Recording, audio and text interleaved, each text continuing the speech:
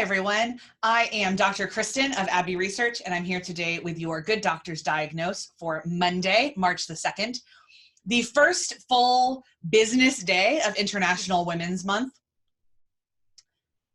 We're going to be talking a lot about that here at Peabody Research, as well as the fact that this is also Irish American Heritage Month. I'm sure it's some sort of Cheesemakers Heritage Month too. We have a lot of months here. But being connected to Ireland and being women are two of our key identities, so we'll be talking about that a lot. Today, I would like to talk to you about one of the more one of the more lasting but subtle, whatever the P word is that means that, that's what I'm talking about.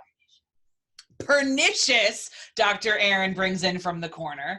One of the most pernicious things about gender in terms of professionalism, and is that we tend to judge, we, meaning the royal we, the collective we, tend to judge women on their track record and what they have already accomplished.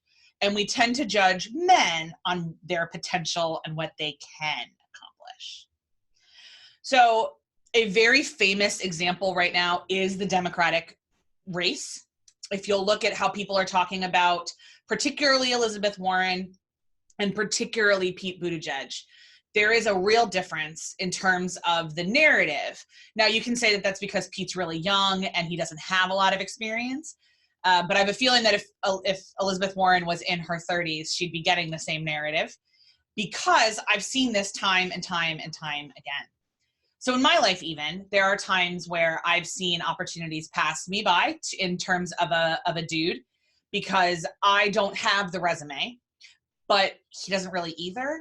He just fakes it, or they trust him more because he'll get there. Like, sure, let's give him a chance. Whereas I have had to prove a whole lot more. This carries over into self-confidence issues. Women are significantly less likely to apply for jobs that they perceive as outside of their realm. So I think it's the most recent statistic I read is that only 30% of women will apply for a job where they do not fill every single requirement, whereas 70% of men will apply for that same job. There is a way that we talk to and enculturate masculinity in this country, in that it is based entirely, not entirely, but it is based on potential. It's some sort of you'll continue to get better, you'll unlock your potential. And we have some sort of understanding that women peak at some point. And so what they've accomplished up to that point that's kind of it. It's very bizarre. It's very pernicious. I certainly didn't quite notice it or be able to articulate it until articles about Warren and Buttigieg started coming out. And I was like, I see this everywhere. So what we would encourage you to do as you think about women and non-binary folks and men even, is when you are open to offering them a position or thinking about their fit in your culture or going on dates with them for all we care, think about if you are judging them on track record or potential, and what that means and what that says, and if that's the right judgment to make at that time. Because it might be, or it might not be. When we're talking about things like executive leadership, experience is really important, and potential is too. You want somebody who's going to be forward thinking, and we don't quite know where they're going, and it can be a fresh breath of air. But spoiler alert, guys, we don't know where anyone's going.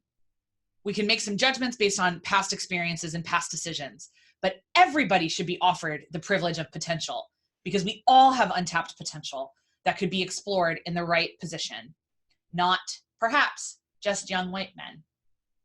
That's it for me for this Monday. We'll see you again on Wednesday. Bye, guys.